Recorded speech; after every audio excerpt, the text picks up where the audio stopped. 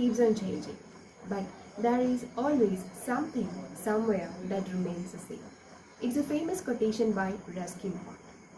Namaskaram, എൻ്റെ പേര് Vrinda Prasad and welcome to Mrs ഡിജി ചൂട്ട.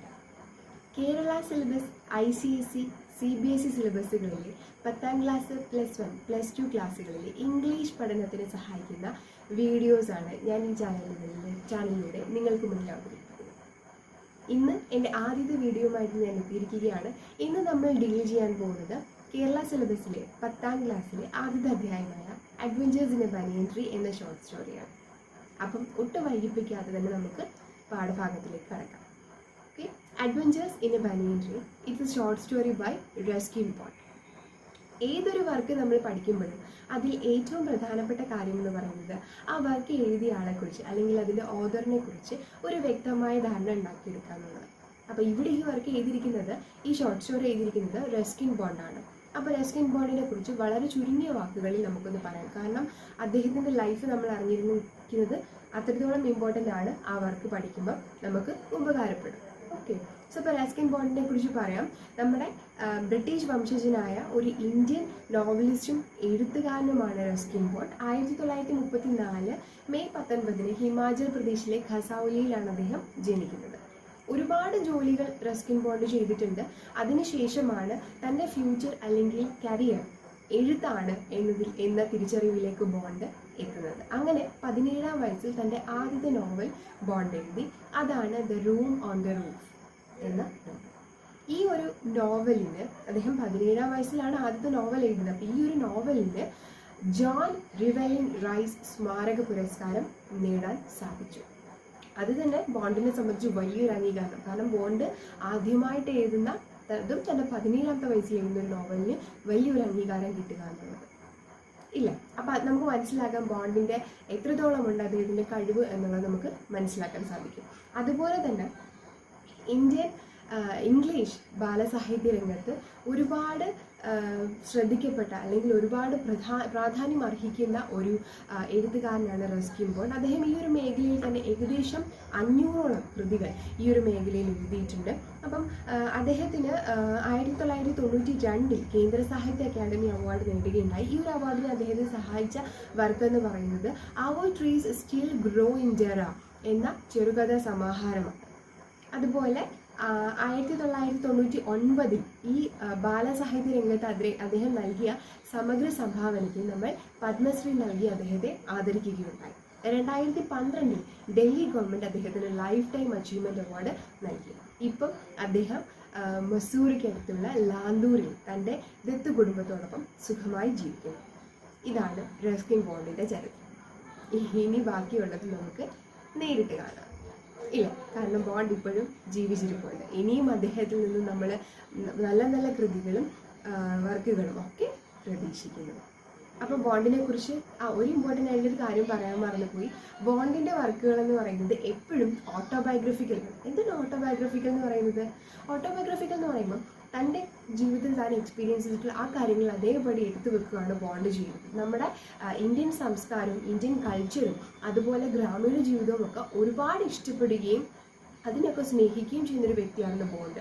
അതുകൊണ്ട് തന്നെ അദ്ദേഹത്തിൻ്റെ കൃതികളിലൂടെ ഈ കാര്യങ്ങളെല്ലാം തന്നെ നമുക്ക് കാണാനായിട്ട് സാധിക്കും. അപ്പം ഇനി ഒട്ടും താമസിക്കേണ്ട, നമുക്ക് പാഠഭാഗത്തേക്ക് കടക്കാം അല്ലേ? So the adventures in a banyan tree. അപ്പം നമുക്ക് ഒരു ആദ്യത്തെ പാരഗ്രാഫ് ഒന്ന് നോക്കിയാലോ. Though the house and grounds of our home in India were grandfather's domain, the magnificent old banyan tree was mine, chiefly because grandfather, at the age of 65, could no longer climb it.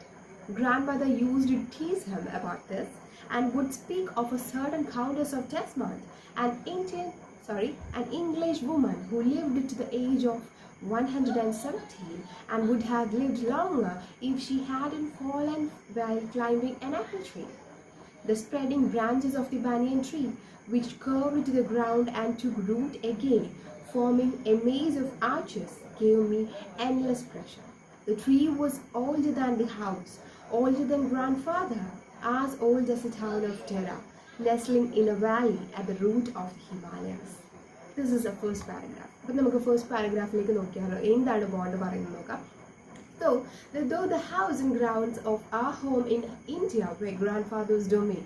So അപ്പം ഇവിടെ ആദ്യമേ നമുക്ക് പറയുന്നത് ഒരു ബനിയൻ ട്രീനെ കുറിച്ചാണല്ലോ. ഒരു ബനിയൻ ട്രീയിൽ നടത്തുന്ന സാഹസങ്ങളെ കുറിച്ചാണ് പറയുന്നത്. അതാണ് അഡ്വഞ്ചേഴ്സ് എന്ന് പറയുന്നത്. അപ്പോൾ ഇവിടെ പറയുന്നുണ്ട് ഈ ഇന്ത്യയിലുള്ള ഞങ്ങളുടെ ആ വീടും പരിസരവും ഒക്കെ ഞങ്ങളുടെ ഗ്രാൻഡ് ഫാദർ അല്ലെങ്കിൽ മുത്തശ്ശൻ്റെ ഒരു ഡൊമൈൻ, ഒരു സാമ്രാജ്യമായിരുന്നെങ്കിലും അവിടെയുള്ള ഒരേ ഒരു സംഭവം അത് എൻ്റേത് മാത്രമായിരുന്നു എന്നാണ് ബോണ്ട് പറയുന്നത്. അതെന്താണ്? The old magnificent old banyan tree, അത് എൻ്റേത് മാത്രമാണ്. അതിലേക്ക് മുത്തശ്ശൻ കൈ കടത്താൻ ചെയ്യില്ല. കാരണം എന്താണെന്നറിയോ? He is at the age of 65, 65 വയസ്സുണ്ട്. സോ അതിലേക്ക് അദ്ദേഹം വലിഞ്ഞു കയറാൻ പോകില്ല. അപ്പോൾ അവിടെയുള്ള ആ ഒരു ബനിയൻ ട്രീ, ആ ആൽമരം എൻ്റേത് മാത്രമാണ്, എൻ്റെ സാമ്രാജ്യമാണിത്. ബാക്കിയെല്ലാം മുത്തശ്ശൻ്റെ സാമ്രാജ്യമാണ്. അദ്ദേഹം എപ്പോഴും അവിടെ ഇവിടെ എല്ലാം കയറിയിറങ്ങി നടക്കാറുണ്ട്. അപ്പോൾ grandmother used to tease him about this and would speak of a certain Countess of Desmond, an English woman who lived to the age of 117 and would have lived longer if she hadn't fallen while climbing an apple tree. So അപ്പം ഈ ഒരു കാര്യം പറഞ്ഞ് ഇടയ്ക്കിടയ്ക്ക് മുത്തശ്ശിനെ കളിയാക്കായിരുന്നു. അതെന്ന് വെച്ചാൽ ഒരു 117 വയസ്സ് വരെ ജീവിച്ച ഒരു ഇംഗ്ലീഷ് വുമനെ കുറിച്ച് പറയുമായിരുന്നു. അവരൊരു ആപ്പിൾ ട്രീയിലേക്ക് കയറുന്നതിനിടയ്ക്ക് അവർ കാല് വഴി താഴെ വീണ് അവർ മരിച്ചുപോയി. ഇല്ലെങ്കിൽ അവർ കുറച്ച് നാൾ കൂടി ജീവിച്ചേനെ. സോ ഈ ഒരു കാര്യം പറഞ്ഞ് ഇടയ്ക്കിടയ്ക്ക് മുത്തശ്ശിനെ കളിയാക്കും. ശരിക്കും എന്താ? അതുകൊണ്ട് നിങ്ങൾ ഈ വയസ്സാം കാലത്ത് ആ ആൽമരത്തിൻ്റെ അടുത്തേക്കൊന്നും പോകാനും വലിഞ്ഞു കയറാനും നിൽക്കണ്ട എന്ന തമാശ രൂപേണയുള്ള ഒരു അഡ്വൈസാണ് ആര് കൊടുക്കുന്നത്? മുത്തശ്ശി കൊടുക്കുന്നത്. The spreading branches of the banyan tree, which curved to the ground and took root again, forming a maze of arches, gave me endless pleasure. So, അപ്പോൾ ആൽമരം നിങ്ങൾ എല്ലാവരും കണ്ടിട്ടുണ്ടല്ലോ അല്ലേ? ആൽമരം എന്ന് പറയുമ്പോൾ അതിൻ്റെ ശാഖകൾ ഇങ്ങനെ സ്പ്രെഡ് ചെയ്തിട്ട് അതിൽ നിന്ന് വീണ്ടും താഴേക്ക് ഇങ്ങനെ തൂങ്ങിക്കിടന്ന് അത് വീണ്ടും നമ്മുടെ മണ്ണിലിറങ്ങി അത് റൂട്ട്സ് ക്രിയേറ്റ് ചെയ്തുകൊണ്ടേയിരിക്കും. അപ്പോൾ ഇങ്ങനെ ഉള്ള എന്താണ്, ഇങ്ങനെ കുറേ വേരുകൾ താഴേക്ക് ഇറങ്ങി അത് വീണ്ടും മണ്ണിലേക്ക് ആഴ്ന്നിറങ്ങി റൂട്ട്സ് ക്രിയേറ്റ് ചെയ്യുന്നു. ഇതെല്ലാം കാണുമ്പോൾ ഒരു ആർച്ച് പോലെയാണ്, ഒരു കമാന ആകൃതിയിലുള്ളൊരു രൂപമാണ് നമുക്ക് കാണാനായിട്ട് പറ്റുന്ന ഈ ഒരു ബാനിയൻ ട്രീ. സോ അപ്പോൾ ഈ കാഴ്ച ബോണ്ടിനെ സംബന്ധിച്ച് it's gives him endless pleasure. വളരെ സന്തോഷം, കണ്ണിന് വളരെ ആനന്ദകരമായിട്ടുള്ളൊരു കാഴ്ചയാണ് ഇത് ബോണ്ടിന് നൽകുന്നത്. So the tree was older than the house. The tree, ഈ ട്രീക്ക് പിന്നെ അതിൻ്റെ പ്രായം പറയുന്നുണ്ട്. ഈ ഒരു ആൽമരം എന്ന് പറയുന്ന എൻ്റെ ഈ ഒരു വീടിനേക്കാളും പ്രായമുണ്ട്. ഓൾഡർ ദാൻ ഗ്രാൻഡ് ഫാദറിനേക്കാളും പ്രായമുണ്ട്. അപ്പോൾ എന്താണ്? ഗ്രാൻഡ് ഫാദറിനും ജനിക്കുന്നതിന് മുന്നേയുള്ള ആൽമരമാണ്. അതുപോലെ as old as a town of Dehradun പട്ടണത്തോളം പഴക്കമുണ്ട് അല്ലെങ്കിൽ പ്രായമുണ്ട്. ആർക്ക്? ഈ ആൽമരത്തിന്. Nestling in the valley at the foot of ഹിമാലയസിൻ്റെ താഴ്വരകളിൽ എന്താണ് കൂടുകൂട്ടിയിരിക്കുന്ന ഒരു മനോഹരമായിട്ടുള്ള എന്താണ് രൂപം അല്ലെങ്കിൽ ഒരു കാഴ്ചയാണ് ഈ ബനിയൻ ട്രീ. അപ്പം ബനിയൻ ട്രീനെ കുറിച്ചാണ് ആദ്യം ഒന്ന് പറയുന്നത്. ആ ബോണ്ടിൻ്റെ ഇന്ത്യയിലുള്ള ലൈഫിനെ കുറിച്ചും ഗ്രാൻഡ് മദറിനെയും ഒക്കെ ജസ്റ്റ് ഒന്ന് ഇൻട്രൊഡ്യൂസ് ചെയ്യുന്നുണ്ട് ഈ ഒരു ഫസ്റ്റ് പാരഗ്രാഫിലൂടെ. Okay, so moving on to next paragraph. My first friend and familiar was a small grey squirrel. Arching his back and sniffing into the air, he seemed at first to resent my invasion of his privacy, but when he found that I did not arm myself with a catapult or air gun, he became friendlier. And when I started leaving him pieces of cake and biscuit, he grew bolder and finally became familiar enough to take food from my hands. So, ഈ ഒരു പാരഗ്രാഫിലെ bond ഒരാൾ നമ്മുടെ മുന്നിലേക്ക് introduce ചെയ്ത് തരികയാണ്. ആരാണ്? His friend, his first and familiar friend. It's a small grey squirrel.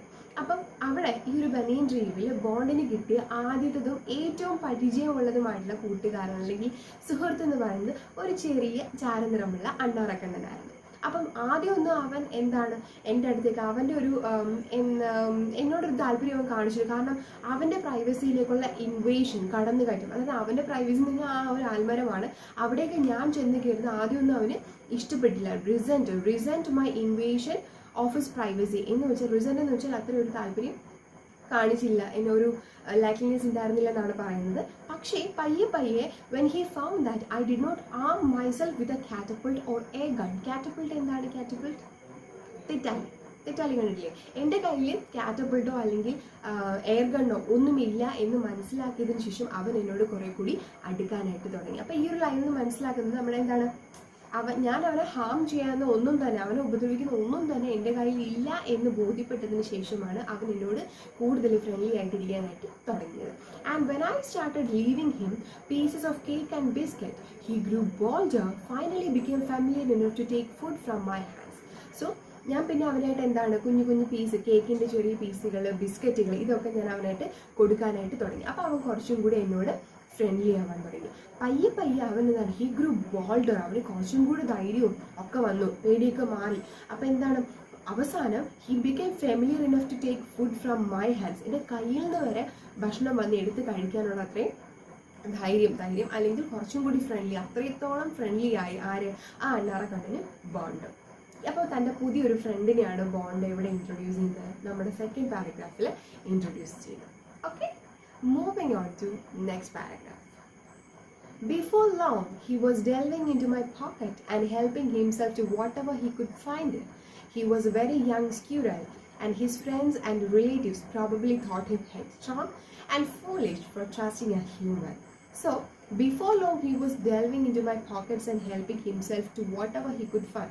So, അപ്പം അവൻ എന്ത് ചെയ്യുമെന്ന് വെച്ചാൽ അവൻ ഒരുപാട് താമസിയാതെ തന്നെ he was delving into my pockets. Delving എന്ന് വെച്ചാൽ സെർച്ച് ഫോർ സംതിങ്, എന്തെങ്കിലും സെർച്ച് ചെയ്യുക. അതായത് അവൻ ഇഷ്ടപ്പെട്ട കാര്യങ്ങൾ അവൻ എൻ്റെ പോക്കറ്റിൽ നിന്ന് എടുത്ത് കളിക്കുകയോ കഴിക്കുകയോ ഒക്കെ ചെയ്യുമായിരുന്നു. അത് ഒരുപാട് താമസിയാതെ തന്നെ അത്രത്തോളം പരിചയം ആരുമായിട്ട് തുടങ്ങി, ബോണ്ടും ആ അണ്ണാറക്കണ്ണനുമായിട്ട് തുടങ്ങി. He was a very young squirrel, വളരെ പ്രായം കുറഞ്ഞൊരു അണ്ണാറക്കണ്ണനായിരുന്നു അത്.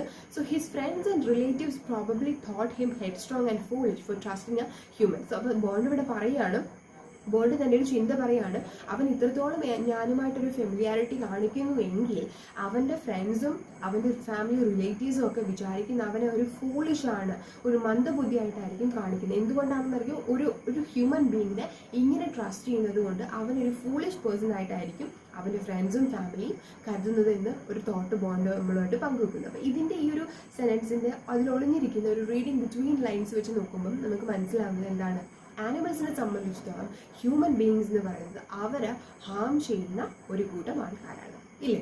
അപ്പോൾ ഹ്യൂമൻ ബീയിങ്സ് എപ്പോഴും അവർക്കൊരു ത്രെറ്റ് തന്നെയാണ്. അതാണ് നമ്മളിവിടെ ബോണ്ട് പറയാതെ പറയുന്നത്. Okay, moving on to next paragraph. So അതിന് മുമ്പ് നമ്മളൊരു ഈ പാരഗ്രാഫിൽ നമ്മളൊരു പുതിയ വാക്ക് പഠിച്ചു, ഡെൽവിങ്. ഡെൽവിങ് എന്ന് വെച്ചാൽ search for something. Okay, moving on to next paragraph. In the spring, when the banyan tree was full of small red figs, birds of all kinds would flock into its branches. The red-bottomed bulbul, cheerful and greedy, gossiping rosy pastures, and parrots and crows, squabbling with each other all the time. During the fig season, the banyan tree was the noisiest place on the pond. So, ഈ ഒരു പാരഗ്രാഫിൽ കുറച്ചും കൂടെ കാര്യങ്ങൾ interesting ആണ്. ഇതിൽ bond പറയുന്നതെന്ന് വെച്ചാൽ spring സീസണിൽ, വസന്തകാലത്തിൽ ഈ ഒരു ബനിയൻ ട്രീ എങ്ങനെയായിരിക്കും എന്നാണ് ബോണ്ട് നമുക്കായിട്ട് പറഞ്ഞു തരുന്നത്. അപ്പം during the spring season when the banian tree was full of small red figs, നമ്മൾ കണ്ടിട്ടുള്ള ആൽമരത്തിൽ ചെറിയ ചുവന്ന ഒരു തരം കായ്കൾ പിടിക്കാറുണ്ട്. അപ്പോൾ ഈ ഒരു വസന്തകാലത്തിലാണ്, ഈ ഒരു സ്പ്രിംഗ് സീസണിലാണ് ഈ കായ്കൾ ഇങ്ങനെ പിടിക്കാറുള്ളത്. അപ്പോൾ ഈ കായ്കൾ പിടിച്ചു കഴിയുമ്പോഴത്തേക്ക് വെറൈറ്റി ഓഫ് ബേർഡ്സ്, പല ഡിഫറെൻറ്റ് ടൈപ്സ് ഓഫ് ബേർഡ്സ് എന്ത് ചെയ്യാറുണ്ട്, കൂട്ടത്തോടെ ഈ മരത്തിലേക്ക് ചേർക്കാറുണ്ട്. എന്തിനു വേണ്ടി? കായ്കൾ ഭക്ഷിക്കുന്നതിനായിട്ട്. സോ അപ്പോൾ അതിൽ കുറച്ച് പക്ഷികളെ ബോർഡ് നമുക്കായിട്ട് പരിചയപ്പെടുത്തി തരികയാണ്. Red bottomed bulbul, cheerful and greedy. Red bottomed bulbul ഒരു പക്ഷിയാണ്, എന്താണ്, വാലിനറ്റത്ത് ചുവന്ന നിറമുള്ള റെഡ് ബോട്ടംഡ് ബുൾബുൽ. അതുപോലെ ഗോസിപ്പിംഗ് റോസി പാസ്റ്റേഴ്സ്, ഇത് മറ്റൊരു തരം പക്ഷിയാണ്. പിന്നെ parrots and crows, they are squabbling with each other all the time. Squabbling എന്താണ്? Making quarrel for small simple things. അതായത് എന്താണ്, ചെറിയ ചെറിയ കാര്യങ്ങൾക്ക് വേണ്ടി ഇങ്ങനെ ബഹളം വെച്ച് വഴക്കിടുക. അതായത് വേറൊന്നും അല്ല, ഇവരെന്താണ്, ഈ ഒരു ഫിഗ് കഴിക്കാൻ വേണ്ടിയിട്ട് അങ്ങോട്ടും ഇങ്ങോട്ടും ഒരുപാട് കിളികൾ കൂടിക്കഴിഞ്ഞ് എങ്ങനെയായിരിക്കും, അവർ കൊത്തി എന്താണ് ബഹളം വെച്ച് ചലിച്ച് ബഹളമായിരിക്കും അല്ലേ, മൊത്തത്തിൽ അടിയിടുക. അതാണ് പറയുന്നത്. അപ്പം അതുകൊണ്ട് തന്നെ during the fig season the banyan tree was the noises place on the road. അപ്പോൾ അതുകൊണ്ട് തന്നെ ഇവിടെ ബോണ്ട് പറയുകയാണ്, ഈ ഒരു സ്പ്രിംഗ് സീസണിൽ ഈ റോഡിൽ ഏറ്റവും ബഹളം നിറഞ്ഞ സ്ഥലം എന്ന് പറയുന്നത് ഈ ബനിയൻ ട്രീ ആയിരിക്കും. കാരണം എല്ലാ വെറൈറ്റീസിലുള്ള ബേർഡ്സും ഈ ബനിയൻ ട്രീയിൽ കാണാം, ഈ ഒരു ഫിഗ് കഴിക്കാൻ വേണ്ടി. അപ്പോൾ അതുകൾ തമ്മിൽ കൊത്തുകൂടി ബഹളം വെച്ച് ഭയങ്കര കലപ്പിലെ ചിലപ്പായിരിക്കും. അതുകൊണ്ട് തന്നെ എപ്പോഴും നോയ്സി ആയിട്ടുള്ളൊരു പ്ലേസ് ആയിരിക്കും എന്ത്, ഈ ബനിയൻ ട്രീ എന്ന് പറയുന്നത്. Okay, so moving on to next paragraph. Halfway up the tree, I had built a small platform on which I would often spend the afternoon when it wasn't too hot. I could read there, propping myself up against the bole of the tree with cushions taken from the drawing room. Treasure Island, Huckleberry Finn, The Mowgli Stories, and the novels of Edgar Rice Burroughs and Louisa May Alcott made up my bag of very mixed feeling. So ഈ ഒരു പാരഗ്രാഫിൽ bond പറയുന്നത് എന്താണ്? ഈ bond ഈ ട്രീയുടെ പകുതി ഉയരത്തിൽ എത്തിയപ്പോഴത്തേക്ക് എന്ത് ചെയ്യുന്നറിയോ, തനിക്ക് ഇരിക്കാൻ വേണ്ടിയിട്ട് തൻ്റെ ആഫ്റ്റർനൂൺസ് സ്പെൻഡ് ചെയ്യാൻ വേണ്ടിയിട്ട് അവിടെ ഒരു പ്ലാറ്റ്ഫോം, വലിയൊരു ആൽമരമാണ്, സോ അവിടെ ഒരു പ്ലാറ്റ്ഫോം ഒക്കെ ക്രിയേറ്റ് ചെയ്തു. എന്നിട്ട് എന്ത് ചെയ്തു, അത്ര ചൂടില്ലാത്ത ആഫ്റ്റർനൂൺസിൽ എന്ത് ചെയ്യാറുണ്ട്, ബോണ്ട് ഈ ഒരു ട്രീയിൽ വന്നിരിക്കാറുണ്ട്. ഇരിക്കുന്നത് മാത്രമല്ല, he could read there. So അവൻ അവിടെ നിന്ന് ബോണ്ട് എന്ന് പറയുമ്പോൾ he was a voracious reader. Bond ഒരുപാട് വായിക്കുമായിരുന്നു. ബോണ്ടിൻ്റെ ഒരു ഇൻ്റർവ്യൂവിൽ ഞാനൊരു ദിവസം കേട്ടതാണ്, ഓരോ ബർത്ത്ഡേസിലും അദ്ദേഹം പുതിയൊരു ഒരു ബുക്ക് വായിക്കാനായിട്ട് തുടങ്ങും, അല്ലെങ്കിൽ പുതിയൊരു വർക്ക് എഴുതാനായിട്ട് തുടങ്ങും. So he was a voracious reader. എപ്പോഴും വായിച്ചുകൊണ്ടിരിക്കുന്ന ഒരു വ്യക്തിയായിരുന്നു റസ്കിൻ ബോണ്ട് എന്ന് പറയുന്നത്. സോ അത് ഇവിടെ പറയുന്നുണ്ട്, ഈ ആഫ്റ്റർനൂൺസിൽ തനിക്ക് അവിടെ പോയിരുന്ന് വായിക്കാൻ വേണ്ടിയിട്ട് അദ്ദേഹം ആ ഒരു മരത്തിൻ്റെ ഒരു ഹാഫ് പോർഷനൊക്കെ എത്തിയപ്പോൾ തന്നെ ഒരു പ്ലാറ്റ്ഫോം ഒക്കെ ക്രിയേറ്റ് ചെയ്തു. അതിൻ്റെ കുറച്ച് ഭാഗങ്ങളൊക്കെ കുഷ്യൻസ് ഒക്കെ വെച്ച്, ഡ്രോയിങ് റൂമിൽ നിന്നെടുത്ത കുറച്ച് കുഷ്യൻസ് ഒക്കെ വെച്ചിട്ട് ഒരു നല്ലൊരു ഇരിപ്പിടം അവിടെ സെറ്റ് ചെയ്തെടുത്തു. എന്നിട്ട് കുറച്ച് ടെക്സ്റ്റുകളുടെ പേരുകൾ ബോണ്ട് ഇവിടെ മെൻഷൻ ചെയ്യുന്നുണ്ട്. Treasure Island, Huckleberry Finn, Mowgli stories, അതുപോലെ തന്നെ എഡ്ഗർ റൈസ് ബൊറോ, അതുപോലെ ലൂയിസ മേ ആൽക്കോട്ട് എന്നീ റൈറ്റേഴ്സിൻ്റെ ബുക്കുകൾ. അപ്പം ഡിഫറെൻറ്റ് വെറൈറ്റീസിലുള്ള, ഒരേ ജോണർ തന്നെയല്ല, പല വെറൈറ്റീസിലുള്ള ബുക്കുകളും ആര് വായിക്കാറുണ്ട്, ബോണ്ട് വായിക്കാറുണ്ട്. അപ്പോൾ ഒരു മിക്സഡ് റീഡിംഗ് ആണ് ബോണ്ടിനുള്ളത്. അപ്പോൾ ഈ ബുക്കുകളും എല്ലാമായിട്ട് ബോണ്ട് അധികം ചൂടില്ലാത്ത ആഫ്റ്റർനൂൺസിൽ എങ്ങോട്ടേക്ക് ചേക്കേറുമായിരുന്നു, ഈ ആൽമരത്തിലേക്ക് ചേക്കേറുമായിരുന്നു. Okay, so moving on to next paragraph. When I did not feel like reading, I could look down through the banyan leaves at the world below, at grandfather hanging up or taking down the washing, at the cook quarreling with the fruit vendor, or at grandfather grumbling at the hardy Indian marigolds which insisted on springing up all over his very English garden. Usually nothing very exciting happened while I was in the banyan tree, but on one particular afternoon I had enough excitement to last me through the summer.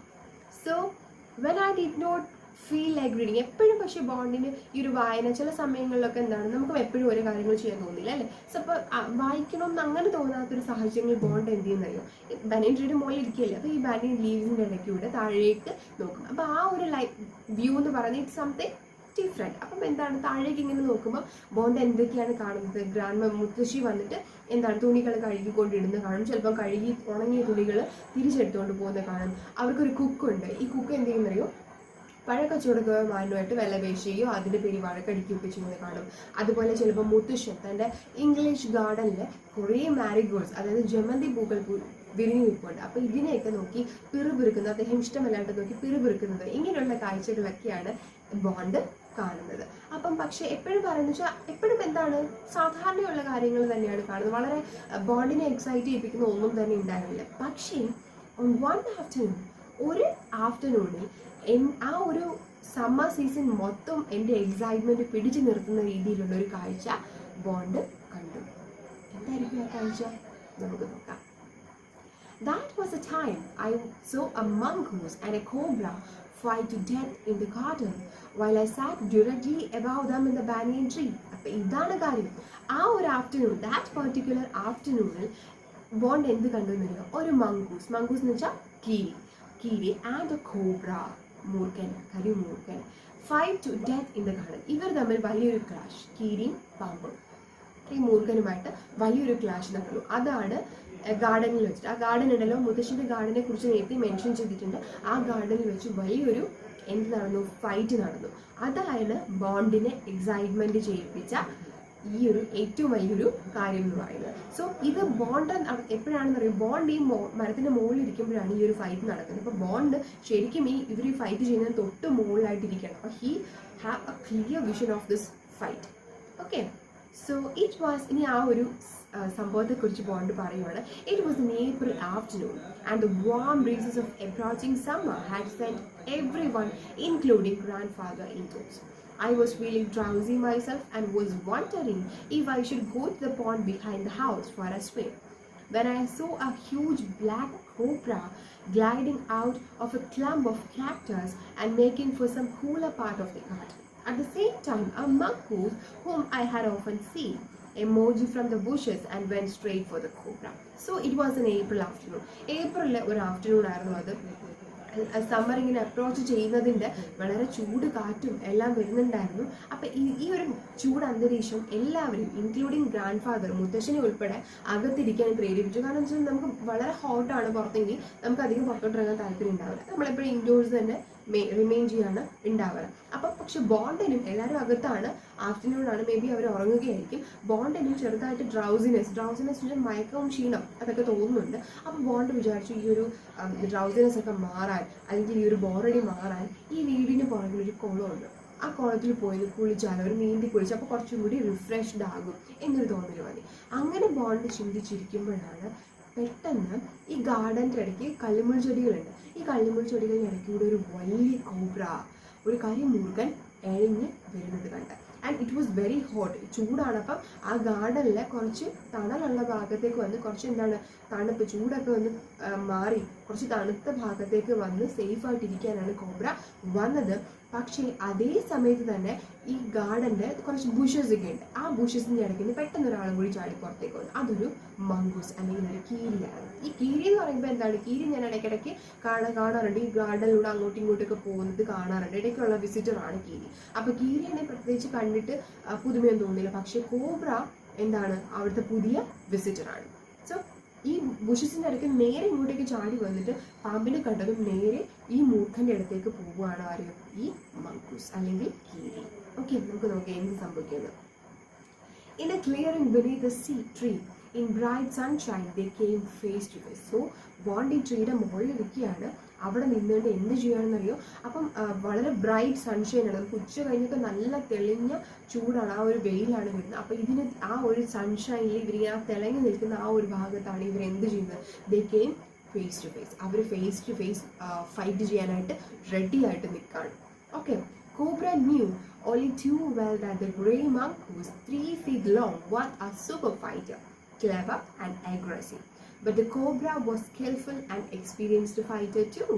He could move swiftly and strike with the speed of light, and the sacs behind his long sharp fangs were full of deadly venom.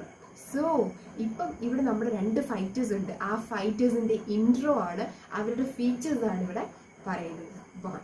Cobra knew only too well that the grey mongoose, 3 feet long, was a super fighter, clever and aggressive. അപ്പോൾ ഈ കോബ്രയ്ക്ക് അറിയാം ഈ 3 അടി നീളമുള്ള ഈ ഒരു grey കളറിലെ കീരി എന്ന് പറയുന്നത് ആളത്ര നിസ്സാരക്കാരനൊന്നും അല്ല. എന്താണ്, he is a super fighter. അത് ആർക്കറിയാം, കോബ്രയ്ക്ക് അറിയാം. And he was clever and aggressive. വളരെ ബുദ്ധിമാനാണ്, അതുപോലെ അഗ്രസീവാണ്. He is ready to fight അല്ലെങ്കിൽ ലൈക്ലി ടു അറ്റാക്ക്. പെട്ടെന്ന് തന്നെ നമ്മളെ അറ്റാക്ക് ചെയ്യാൻ റെഡി ആയിട്ട് നിൽക്കുക, അതാണ് അഗ്രസീവ് എന്ന വാക്കിൻ്റെ അർത്ഥം. ബട്ട് അതേസമയം cobra was also skilful and an experienced fighter too. കോബ്രയും എന്താണ്, വളരെ സ്കിൽഫുൾ, ഒരുപാട് കഴിവുള്ള എക്സ്പീരിയൻസ്ഡ് ആയിട്ടുള്ളൊരു ഫൈറ്റർ കൂടിയാണ്. He could move swiftly and strike with the speed of light. നമ്മുടെ പ്രകാശത്തിൻ്റെ വേഗതയിൽ അറ്റാക്ക് ചെയ്യാനും മൂവ് ചെയ്യാനും പറ്റുന്ന ഒരാളാണ് ഈ cobra. And the sacs behind his long sharp fangs. അപ്പോൾ ഇദ്ദേഹത്തിന് ആ ഒരു ഇതിൻ്റെ കീഴിൽ എന്തുണ്ട്, ദംഷ്ടങ്ങൾക്ക് കീഴിൽ അകത്ത് അതിൻ്റെ പിറകുവശത്തായിട്ട് എന്തുണ്ട്, ഒരു വിഷസഞ്ചിയുണ്ട്. അതിൽ നിറയെ ഡെഡ്ലി വെനം എന്ന് വെച്ചാൽ ഡെഡ്ലി വിഷം, കൊടിയ വിഷമാണ് ഉള്ളത്. അപ്പോൾ അതും എന്താണ്, കോബ്രയുടെ ഒരു ഹൈലൈറ്റ് ആണ്, അദ്ദേഹത്തിൻ്റെ ഒരു ഫീച്ചറാണ്. സോ അപ്പോൾ നമ്മുടെ 2 ഫൈറ്റേഴ്സിനെ ഇവിടെ ഇൻട്രൊഡ്യൂസ് ചെയ്ത് കഴിഞ്ഞു. ഓക്കെ, ഇനി നോക്കാം.